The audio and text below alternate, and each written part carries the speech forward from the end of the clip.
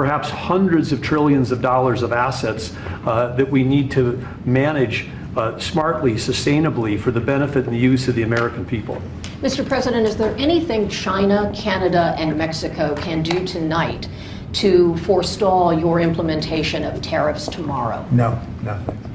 Not right now, no. Not a negotiating tool? No, it's not. No, it's a pure economic. We have big deficits with, as you know, with all three of them.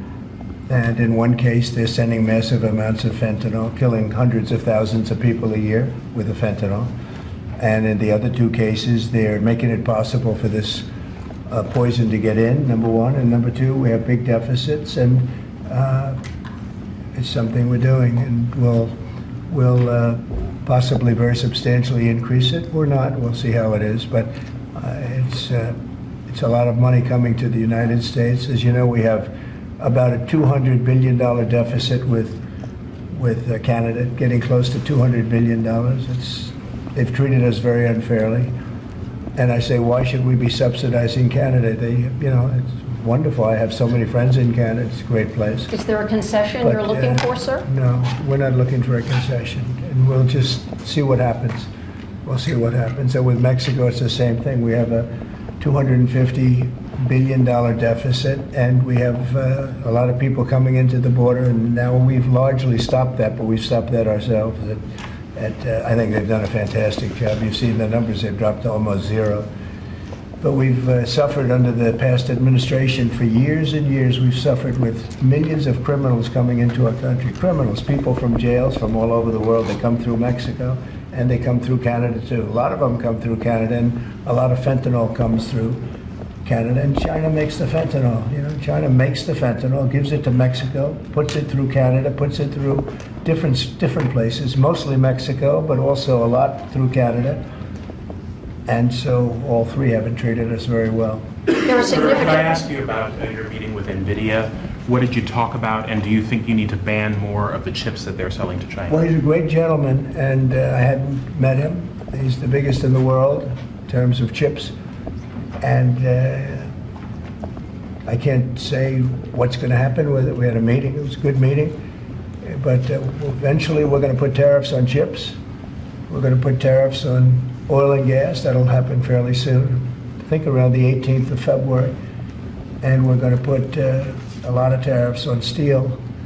We already have tariffs on steel, and we've saved our steel industry, but that was relatively small compared to what it'll be. But we're going to be putting tariffs on steel and aluminum and ultimately copper. Copper will take a little bit longer, and that'll happen pretty quickly. It'll mean it'll be a great boost for our steel industry. It'll make our steel industry very strong. If I didn't put the tariffs on years ago on steel, which actually Biden left because there was so much money that they couldn't do anything about it, I think we would have lost. We wouldn't have one steel mill in this country if I didn't do that. We saved the steel industry. So it was an honor to do it, and I think the people that love me most in the whole world are people that make steel.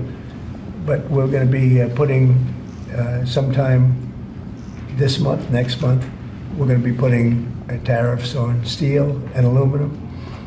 And we'll give you an announcement as to what the exact date is. But it'll be a tremendous amount of money for our country, a tremendous amount. These are big numbers. And in addition to that, and you see the power of the tariff. I mean, the tariff is good. And nobody can compete with us because we have by far the biggest piggy bank. And so that'll take place very quickly. But also we'll be doing pharmaceuticals. And to bring our industry back, we want to bring pharmaceuticals back to the country. And the way you bring it back to the country is by putting up a wall, and the wall is a tariff wall. We were the richest country in the world. We were at our richest from 1870 to 1913. That's when we were a tariff country. And then they went to an income tax concept, and how did that work out? It's fine. I mean, it's okay, but would have been very much better. So we'll be doing pharmaceuticals, importantly, and drugs, medicines, etc., all forms of medicine and pharmaceuticals. And we'll be doing, very importantly, steel, and we'll also be doing chips and things associated with chips. And sir, what do you plan on talking with the Japanese Prime Minister about next Friday when you all meet? Well, he's coming in, next week. I don't know, he is for a meeting, and I have great respect for Japan. I like Japan. Prime Minister Abe was a very close friend of mine. What happened to him was so sad, one of the saddest days. But they're coming in to speak to me, and I look forward to it. Mr. President, on the crash, do you have any concerns that your commentary about things you have described as common sense or your observations could in any way interfere with the thorough investigation of the crash? No, I think they'll do an investigation. It'll probably come out the way I said it. I like to put it up front. I'm so tired of listening to things happen to our country and then people say we'll do an investigation, and 3 years later they come out with a report that nobody looks at. Especially, not in all cases can you do that, but in this case, you know, you had a helicopter that was, the Black Hawk was too high. It was above the 200 limit by double. It shouldn't have been there. And there were some other mistakes made too, and I pointed them out also, and I was right on all of it, but they'll still do an investigation just to check it out. But I think As that's Commander-in-Chief, are you at all concerned about opining about the Army and the conduct of that aircraft when you are Commander-in-Chief and these are the people who report to you and there's an investigation ongoing? This was all caused by bad rules, regulations, and other things by Biden, the What Biden tells you that, administration. sir? And when you look at the way they ran things, in fact, if you look, we hired, one of the first things I told them to do, I said, get talented people in those beautiful towers overlooking runways. You better get them in there fast because we don't have people there that are qualified. And you knew that because planes were landing very, very late. They were circling all over the place. We had people that didn't know what the hell they were doing. And sir, there are if you planes look- in the air excuse me. everywhere, and there are other air Excuse traffic, me. and, pardon me, Excuse sir. We have to have the best people, the smartest people, the sharpest people as control tower experts. And that's what they have to be. They have to be experts, and they have to be very smart. And we didn't have our best. And if you read the quote that I read yesterday at the news conference, it talked about people that were psychologically injured were okay, and people that had lots of problems were okay. I'd read it again if you'd like me to, but I don't think I have Does to that waste give your you time. concern, though, sir, with planes in the air all around the country, people relying on that as safety? Are you suggesting there's an ongoing risk? No, I think there's very little risk, but I think that we have to make sure that this never happens again. Very, very little risk. And we're taking actions that this can't happen again. The helicopter, as you know, was out of its zone. Shouldn't have been out of its zone. It was at the same height as the airplane. Now, the airplane was coming down on its track. It was perfect. It was in perfect shape coming down, and something was in its way. You can't let that happen. And it won't be happening again. And this was all because of weak rules in the Biden administration. And we're just not going to let that kind of thing happen again. And again, I could wait and I could, give a report in 2 years like they always do. And sometimes it's obvious. In this case, to me, it was very obvious. And I think I've been proven to be very correct. Yeah. Mr. President, what do you expect from your meeting with Prime Minister Netanyahu next week? I expect a lot of good things. From all meetings, I expect good things. Marco Rubio, as you know, is going to make a tour of various countries in South America. He's going to be meeting in Panama, where Panama's treated us very badly. They gave him, rather foolishly, a thing called the Panama Canal, the most expensive project we ever built, if you look at today's numbers. Most expensive ever built. We lost 38,000 men. In that case, all men, just about all men. 38,000 to the mosquito, to malaria and various other problems that you get from jungles. It was a tremendously costly event. We built the Panama Canal 110 years ago. Think of it, the most expensive development we ever did. And really one of the wonders of the world, one of the great wonders of the world. And we didn't give it to China, we gave it to Panama. And Panama's been ripping down all the China language signs. They've been working like mad to try, but about 70% of the signs were up and they were written in Chinese, and that's not the deal. So we're going to take it back. They've already offered to do many things, but we think it's appropriate that we take it back. They've totally violated the agreement. We have an agreement. They violated the agreement, and Marco Rubio's going over there to talk to the gentleman that's in charge.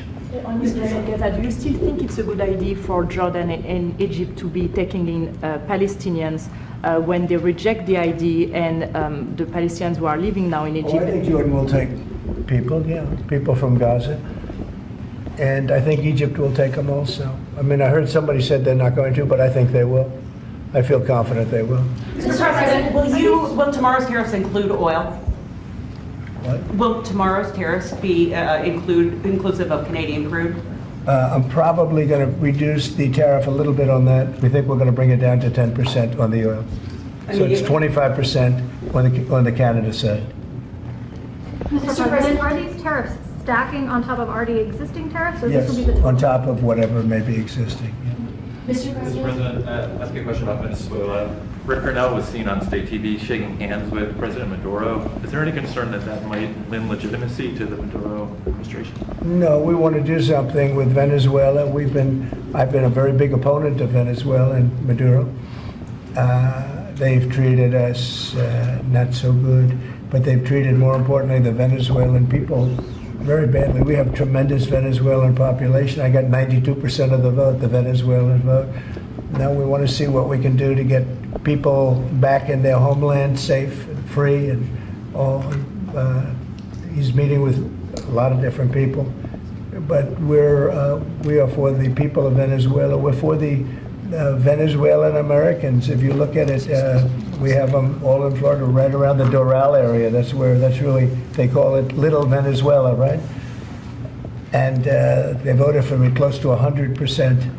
So we'll see what we can do to straighten out the situation in Venezuela. Venezuela has been very unfortunate. I was very surprised when I saw that Biden agreed to buy a lot of oil from Venezuela, because Venezuela was just about finished, the dictator. And when that happened, it brought him back to life. You know, Biden went out and they buy millions of barrels of oil. I say, what's that all about? So we're not going to let that stupid stuff happen. So we'll see what happens. We're not happy with Venezuela. We don't like the way they've treated the Venezuelans at all. Mr. President, there have been some warnings or messages that government websites will be shut down this evening to scrub them of DEI content. Can you confirm if that's accurate? Shut down? Government websites, will be shut down this evening to scrub them of DEI content. Can you confirm whether that's accurate and if there are any concerns? I don't know. It doesn't sound like a bad idea to me. DEI would have ruined our country, and now it's dead. I think DEI is dead. So if they want to scrub the websites, that's okay with me. But I can't tell you. I guess probably certain people handle it certain ways. But I'll tell you who's very happy about it: the military. The real leaders, the real generals in the military, they're very happy about it.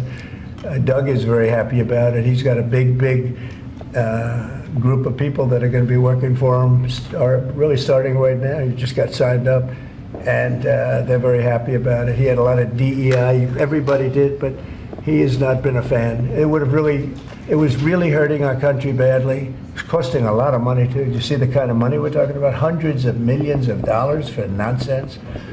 Now we have our country back now. Our country is back, and it's a nice thing to say. I've never seen such love. I've never had anything like it. I've never seen anything like it. People are coming up, sir, thank you for bringing our country back. We were losing our country, and I think we're stronger now than we've been in many, many decades. And the Department Can you update on your call with Vladimir Putin? Well, we'll be speaking. We'll be speaking, and I think we'll perhaps do something that'll be significant. We want to end that war. That war would have never started if I was president, and we want to end that war. That war is a horrible war. Millions of young people are being killed, mostly on the lines now, mostly soldiers. But the cities have been largely destroyed, many of them. They're like demolition sites. But the soldiers are just shooting at each other. You know, it's a very flat land. I said this the last time, very, very flat land. The only place that a bullet stops is when it hits a person, and they're hitting a lot of people. They're hitting a lot of soldiers, but on both sides. You know, I think Russia would probably say close to 800,000, and Ukraine 600,000 or 700,000. And it's just a senseless situation, and it's got to stop. So whatever I can do to stop it, and we are having discussions, yes. Ongoing, already scheduled and ongoing? Have you- Already talking, yes. So you've already spoken to Vladimir Putin? I don't want to since- say that, but we are having very serious Is discussions there a reason you about- don't want to? We are, well, I just don't want to say that. We're having very serious discussions about that war, trying to get it ended With Russia? with Russia, yeah.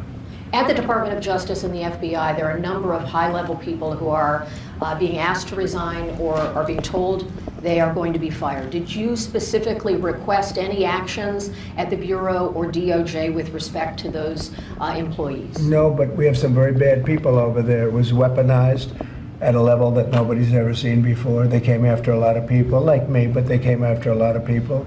No, I wasn't involved in it. I'll have to see what is exactly going on after this is finished. But if they fired some people over there, that's a good thing, because they were very bad. They were very corrupt people, very corrupt, and they hurt our country very badly with the weaponization. They used the Justice Department to go after their political opponent, which in itself is illegal.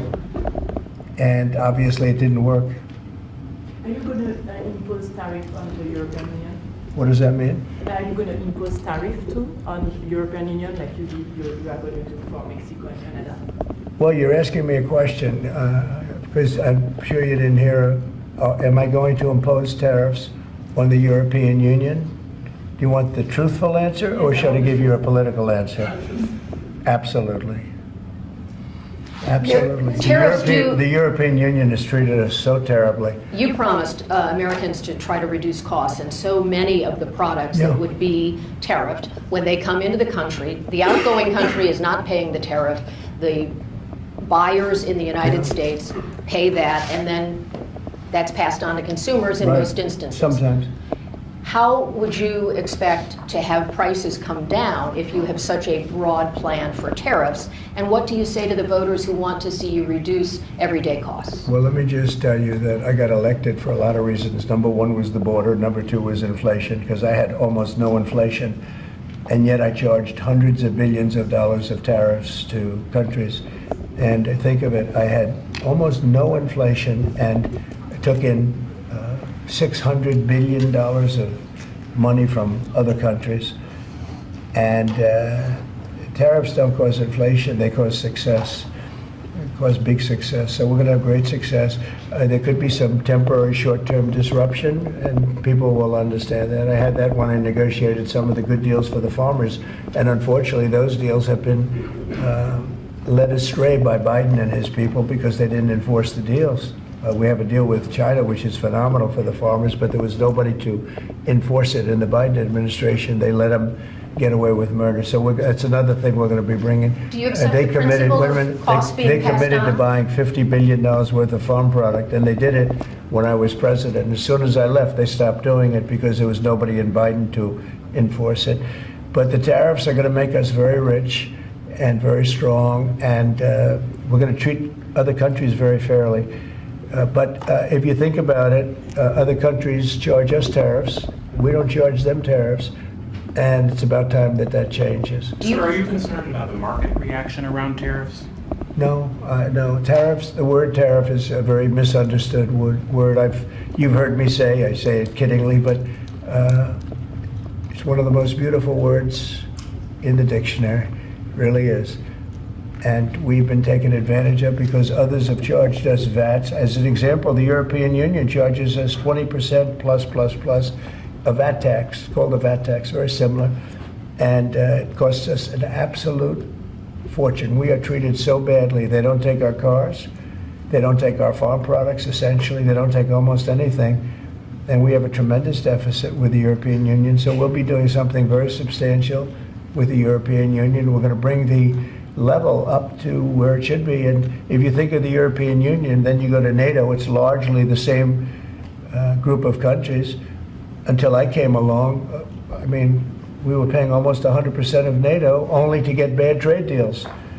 And now it's been evened out, but very unfair having to do, it was evened out pretty good. Actually, I did a good job. They paid $440 billion if you look at the Secretary General's report, and he was here recently and he said that. He said one of the most amazing things I've ever seen is what President Trump was able to do with these countries of Europe, of which he was in charge of them, but he couldn't get them to pay. I went over, I said, you got to pay, and if you don't pay, we're not going to protect you. It's very simple. But very unfair is with Ukraine, because we're in for $300 billion plus, and they're in probably for $100 billion. There's a $200 billion difference, and they need it more than we do. You know, we have an ocean in between. They don't. And so they're going to have to step it up a little bit.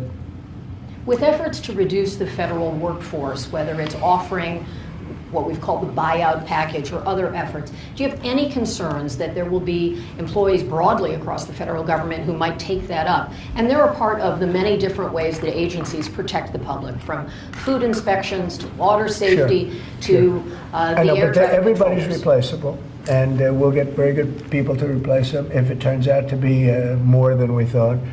It could be a lot, it could be a little, we don't know, but we'd love to have them leave. We're trying to remember this. We want them to go into the private sector. It's our dream to have everybody almost working in the private sector, not in the public sector.